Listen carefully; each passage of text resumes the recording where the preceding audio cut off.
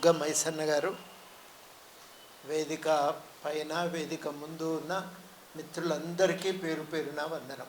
అందరు ఎరుకున్న వాళ్ళే, పేర్లు చెప్తేనే ఒక 10 నిమిషాలు గడిచిపోతుంది, ఏమనుకోకుండా. ఈ బుగ్గ మైసన్న గారు రాసిన కవిత్వం అది తర్వాత ఇస్తారు అందరికీ ఒక్కొక్క కాపీ. నేను ఒక చిన్న ఘటన చెప్పి ప్రారంభిస్తా. ఇది కోవిడ్ కాలంలో గజ్వేల్లో ఒక రైతు ఆత్మహత్య చేసుకున్నాడు. చాలా గొడవ జరిగింది కూడా సిద్దిపేట ఆసుపత్రి దగ్గర గజ్వేల్లో. ఊరు వేలూరు, ఆయన పేరు బ్యాగరి నరసింహులు. మేము ఆ ఊరికి పోయి ఆ కుటుంబంతో చాలాసేపు మాట్లాడినాం. హృదయ విదారకమైన సంఘటన ఇది. బేగరి నరసింహులకు 1 ఎకరమో 1.5 ఎకరం ఉన్నది సొంత భూమి, పట్టా భూమి. 1.5 ఎకరం గవర్నమెంట్ ఇచ్చిన భూమి ఉంది. ఈ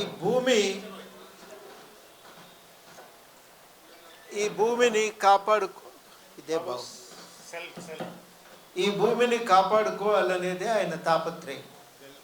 ఆ ఊళ్ళో గవర్నమెంట్ ఏం చేసిందంటే, ఈ గ్రామ పార్కు కోసము దేనికోసమో భూమి తీసుకుంటుండ్రు. వాళ్ళు ఏం చేసిండ్రు, ఆ భూమిలోకే వచ్చిండ్రు.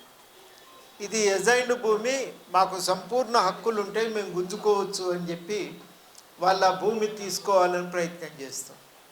బేగర్ నరసింహులకు 2 బిడ్డలు. ఒక బిడ్డ ఏదో చిన్న నౌకరీ చేస్తుంటుంది.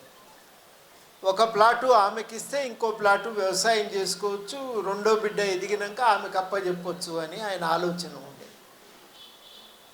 ఈ భూమి తీసుకోకుండా సార్, నా బిడ్డ పెళ్ళి చేసుకుంటా అని చెప్పి బతిల్లాడిండు. ఆయన కాళ్ళ వేళ్ళబడి బతిల్లాడిండు, మొక్కిండు, ఒక్కొక్కరికి అడ్డం పోయిండు.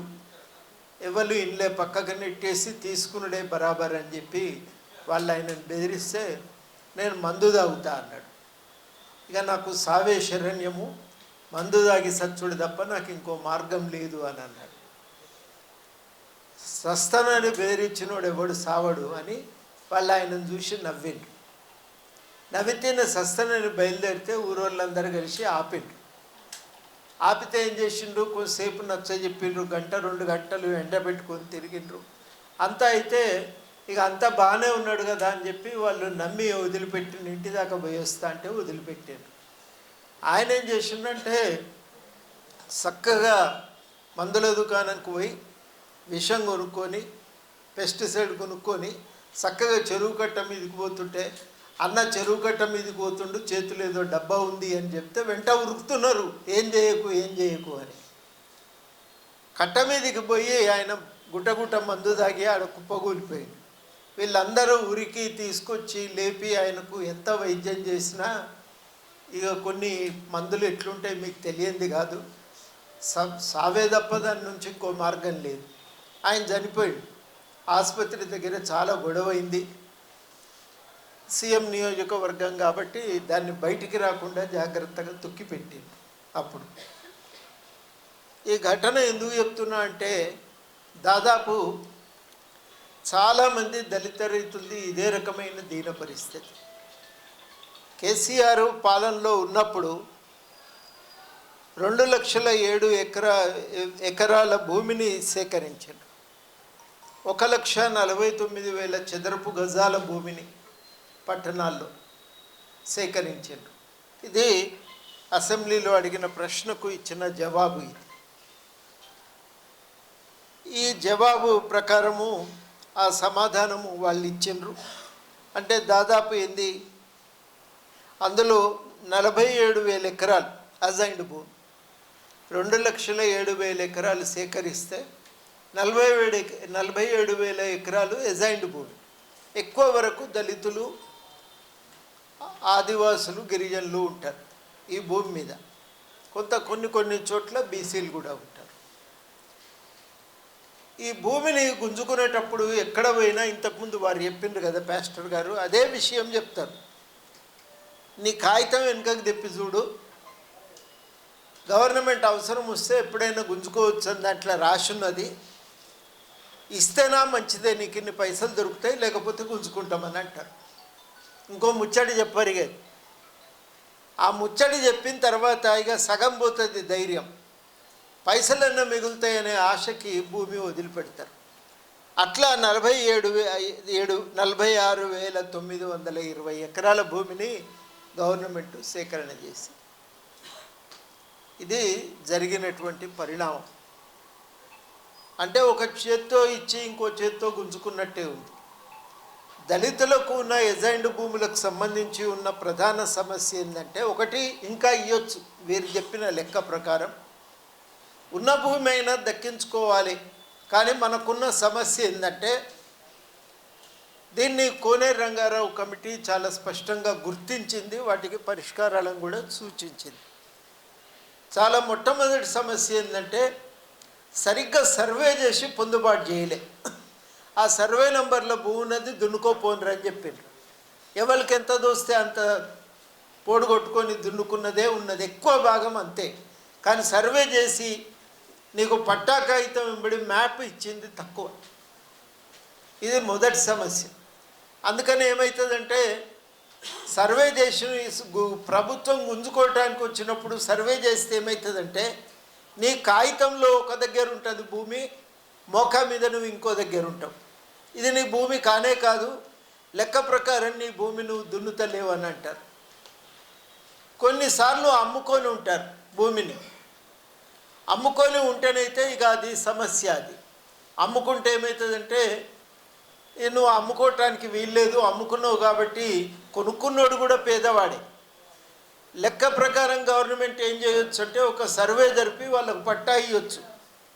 మోకా మీద ఎవరున్నారో వాళ్ళకు భూమి కనుక లేకపోతే సర్వే చేసి వాళ్ళకు పట్టా కాగితం దఖలుపరిచి వాళ్ళకు కూడా హక్కులు కల్పించవచ్చు. కానీ సాధారణంగా ఆ పని చేయకుండా ఉన్న భూమిని గుంజుకునే ప్రయత్నం చేస్తారు. మూడోది ఏం జరుగుతుందంటే, చాలాసార్లు భూమి దున్నుతున్నారు కానీ పట్టా కాగితం లేదు. ఎవరు పేరు మీదనో వెనకడికి ఉండే ఉద్యమాలలో పోయి జెండాబాతి దున్నుకున్నది కొంత అయితే, డబ్బులు ఇచ్చి కొనుక్కున్నది చాలా ఉంటుంది. ఎక్కువ బీసీలు ఉంటారు కానీ ఎస్సీలు కూడా ఇట్లాంటి భూములు కలిగి ఉన్నారు. ఈ భూములకు ఏకైక హక్కు ఏంటంటే, సాదాబయనామా ఒక హక్కు అయితే, రెండో హక్కు ఏంటంటే రికార్డుల్లో మన పేరు మీద కాస్తకార కాలంలో ఉంటుంది. కేసీఆర్ వచ్చి ఏం చేసిండంటే, కాస్తకార కాలం లేదు పొమ్మన్నాడు. కాస్తకార కాలం లేదనేసరికి మన హక్కులన్నీ రద్దయినాయి. హక్కుదారు ఎవరైనరు? అమ్మిన ఆయన హక్కుదారు అయిపోయిండు. అమ్మిన ఆయన పోయిండు, ఆయన మనవడు వచ్చిండు. ఇప్పుడు మనవడు ఏమంటాడంటే, మా తాత అమ్మిండో లేదో నాకేమెరక, కాగితాల ప్రకారం నా భూమి మీద కాబట్టి నాది నేను దున్నుకుంటా అంటాడు. బుద్ధిమంతుడైతే 4 పైసలు తీసుకొని రిజిస్ట్రేషన్ చేస్తాడు, మోర్దోపోడైతే మొత్తం గుంజుకుంటాడు. ఇది ఉన్న వాస్తవం. లేకపోతే నాకింత నీకింత అని పంచుకుంటారు ఉన్న భూమిని. ఇది జరుగుతున్నటువంటి వాస్తవము. ఈ వాస్తవాల వల్ల ముఖ్యంగా విలువ పెరుగుతున్న కొద్దీ ఎజైండ్ భూమి మన చేతులకు వెళ్ళిపోతుంది. విలువ పెరిగిందంటే ఆ భూమి మనం చదువు చేసి సాగులోకి తెచ్చినామంటే ఇక మన చేతిలో ఉంటుందనే నమ్మకం అయితే లేదది. మీరు ఎక్కడన్నా ఈ కుంట్లూరు కాడికి పోయి చూడండి, అద్భుతంగా అసలు ఎంత మంచిగా చదువు చేసుకుంటారో. అనేక కుటుంబాలు పంచుకొని ఇప్పటికి కూడా తల చారెడు భూమి ఉంటుంది.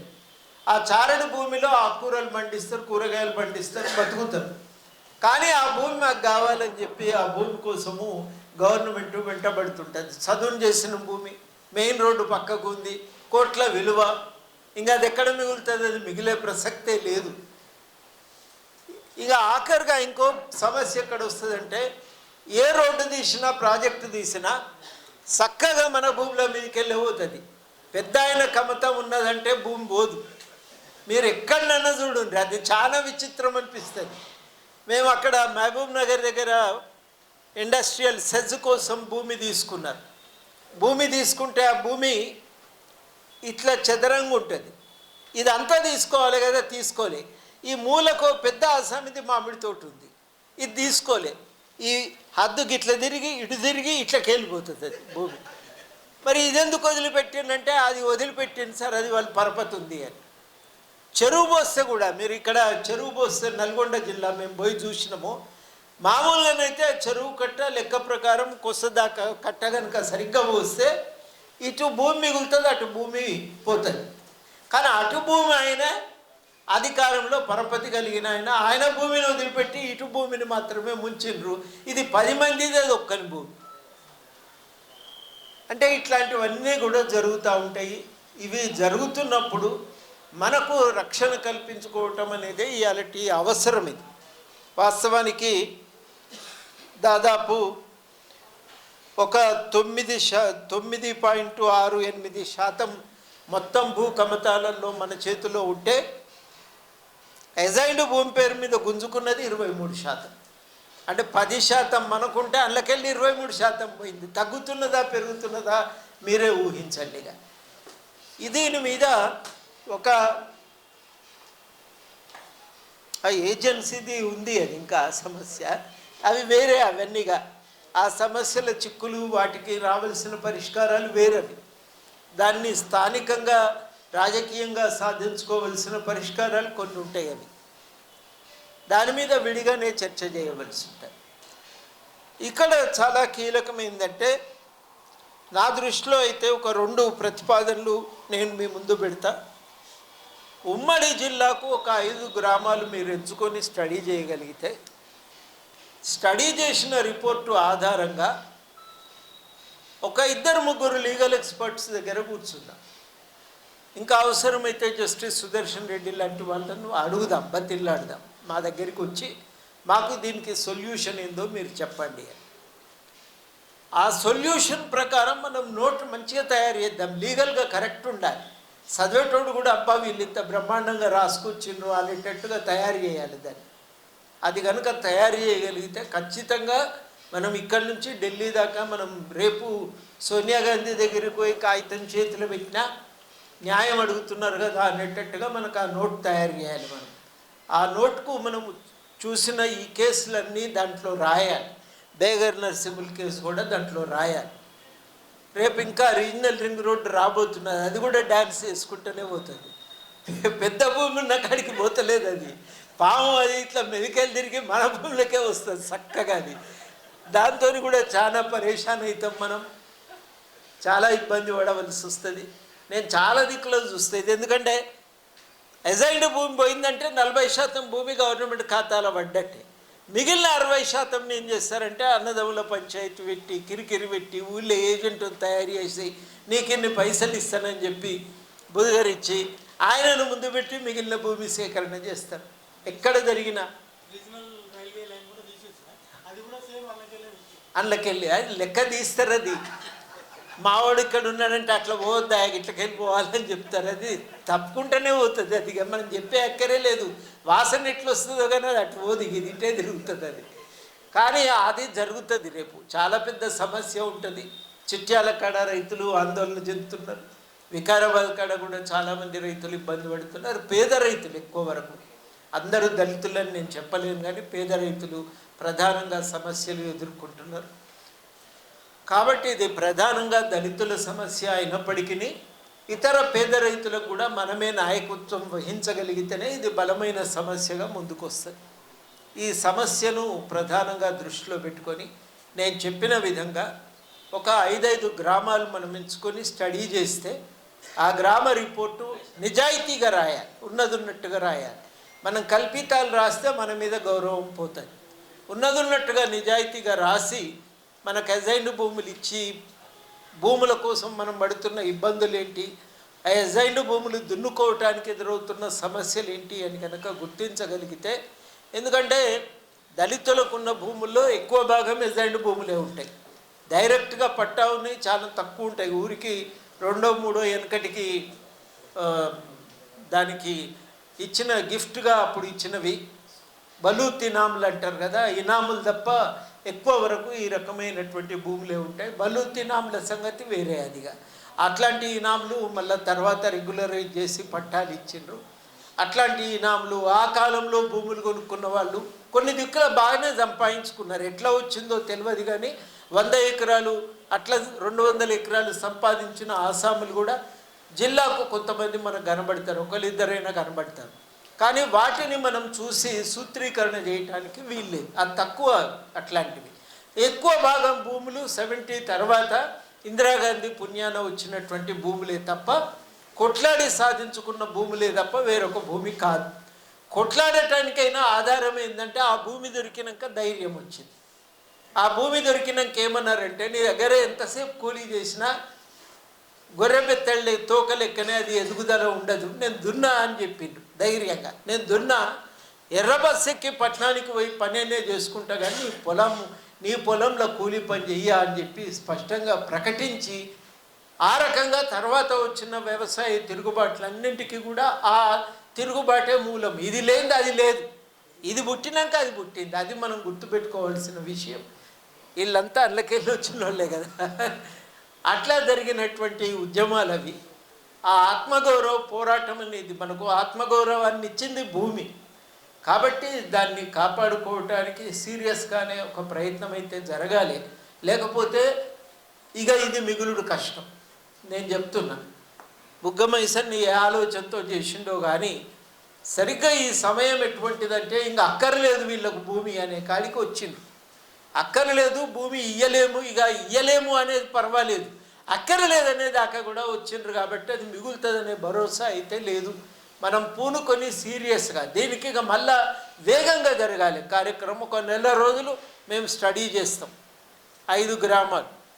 నెల రోజులు అయిన తర్వాత 5 గ్రామాలు ఎట్లా సెలెక్ట్ చేయాలి, మీకు ఇంకా మంచిగా కొంచెం ఆలోచన ఉన్నా ఎవరితో అయినా పెద్ద మనుషులతో కూర్చుంటే, సెంటర్ ఫర్ ఎకనామిక్ సోషల్ స్టడీస్కి డైరెక్టర్ రేవతి గారు ఉంటారు. 5 గ్రామాలు ఎట్లా సెలెక్ట్ చేయాలని చెప్పి అడగండి, వాళ్ళు చెప్తారు. లేదంటే ఇంకా అట్లాంటి వాళ్ళు చాలామంది ఉన్నారు, వాళ్ళని అడిగి, లేదంటే అక్కడ మంచి ఆర్డీఓ కనుకుంటే ఆయన చెప్పగలుగుతాడు. కానీ అందరు ఎట్లా ఉండరు, ఎవరో కొంతమందే మీకు ఆ రకమైన సహకారం అందించగలరు. మీ ఆలోచన ప్రకారమైన ఎన్నెన్ని సమస్యలు ఉంటాయో గుర్తించి అట్లా ఒక 5 గ్రామాలను సెలెక్ట్ చేయాలి. ఆ సెలెక్షన్ కూడా కొంచెం రకరకాల గ్రామాలు మనం దాంట్లో చూసుకోవాలి. కొంచెం జనాభా ఎక్కువ ఉన్నది, జనాభా తక్కువ ఉన్నది, అట్లా మనం చూసి భూమి ముందు ఎజైన్డ్ భూమి ఎక్కువ దొరికినటువంటి గ్రామం, సొంతంగా భూమి కొనుక్కున్నటువంటివి, ఇట్లాంటివన్నీ చూసి మొత్తం మీదనైతే దళితులు ఎదుర్కొంటున్న సమస్యల మీద ఊరికి పోయి కూర్చుంటే 2-3 గంటల్లో అయిపోతుంది పని. అది చక్కగా మనం ఇగో ఇట్లా నోట్ తయారు చేయాలి. ఇప్పుడు బుగ్గర్ని ఎట్లా చేసిండో అట్లా నోట్ తయారు చేయాలి. ఆ నోట్ తయారు చేసుకున్నాక ఒకరోజు వర్క్షాప్ పెట్టాలి. ఆ వర్క్షాప్కు నేను చెప్పిన పెద్ద మనుషులను పిలవాలి. ఇవి మా సమస్యలు, పరిష్కారం ఏందో మీరు చెప్పండి అని. అట్లా మనం చేయగలిగితే నా దృష్టిలో పాత 10 జిల్లాల 5 గ్రామాలు కాబట్టి ఒక్కొక్క దాన్ని ప్రజెంట్ చేయడానికి 10 నిమిషాలు అనుకున్నా, ఒక హాఫ్ డే ప్రజెంటేషను, ఒక హాఫ్ డే ఏం చేద్దామనేది చర్చ లీగల్ ఎక్స్పర్ట్స్తో. అవి కనుక మనం చేయగలిగితే అప్పుడు ఒక రిపోర్టు తయారవుతుంది. ఆ రిపోర్టు ఆధారంగా మనం డిమాండ్ చార్టర్ ఒకటి తయారు చేసి, ఆ డిమాండ్ చార్టర్ వచ్చినాక మీరు జిల్లా సదస్సులు పెట్టండి. అప్పుడు మనం జిల్లా సదస్సులు పెడితే ఆ జిల్లా సదస్సులు చాలా ఎఫెక్టివ్గా జరుగుతాయి. అప్పుడు మనం ఢిల్లీ దాకా పోయి అడిగినా కానీ దానికి కొంత బలం చేకూరుతుంది. ఢిల్లీలో అడిగి రావాలి, ఇక్కడ ఇవ్వాలి. అప్పుడు మీరు మీటింగ్ పెట్టాలి. మీటింగ్ పెడితే ఏమవుతుందంటే దానికి బలం ఉంటుంది. గవర్నమెంట్ కూడా మనకి చేస్తే లాభం పొలిటికల్గా అని అనిపించిన రోజు వాళ్ళు కూడా కొంత సీరియస్గా ఈ విషయాల మీద దృష్టి పెట్టే అవకాశం ఉంటుంది. కాబట్టి చేయవలసిన పని ఏదో గట్టిగా చేద్దాం. మళ్ళీ సగం మేము కూడా కొట్లాడాల్సిందే అని అందరం భీకరంగా మాట్లాడినాం. కానీ తెల్లారికెళ్ళి దులుపుకొని పోయి ఎవరింట్లో వాళ్ళని కూర్చుంటే మాత్రం ఈ పని జరగదు. కావాలి అంటే పూనుకొని కావాలి అంటే మనం ఈ పని చేస్తే అప్పుడు దాని మనం ఇచ్చి అప్పుడు ఏం చేయాలంటే ఫైనల్గా మీరు జిల్లాల సదస్సులు పెట్టుకుంటారండి. హైదరాబాద్లో కూడా ఒక పెద్ద సదస్సు చేయండి. ఆ పెద్ద సదస్సులో మీరు కార్యాచరణ గవర్నమెంట్ ఏమి హామీ ఇస్తుంది, మన కార్యాచరణ ఏమి ఉండాలి అనేది అక్కడ ప్రకటించాలి.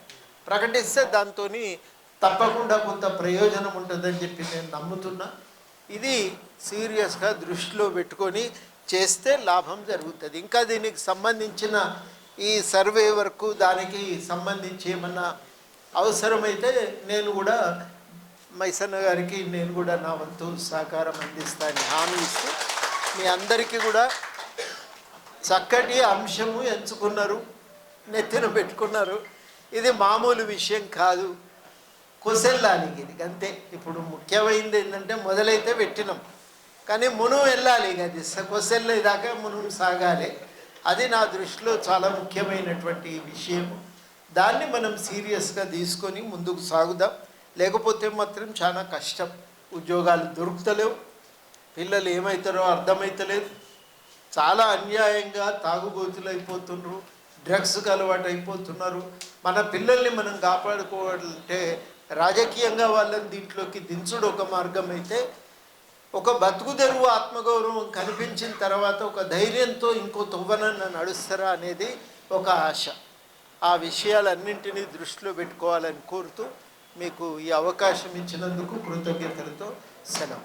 జై తెలంగాణ, జై దళిత్.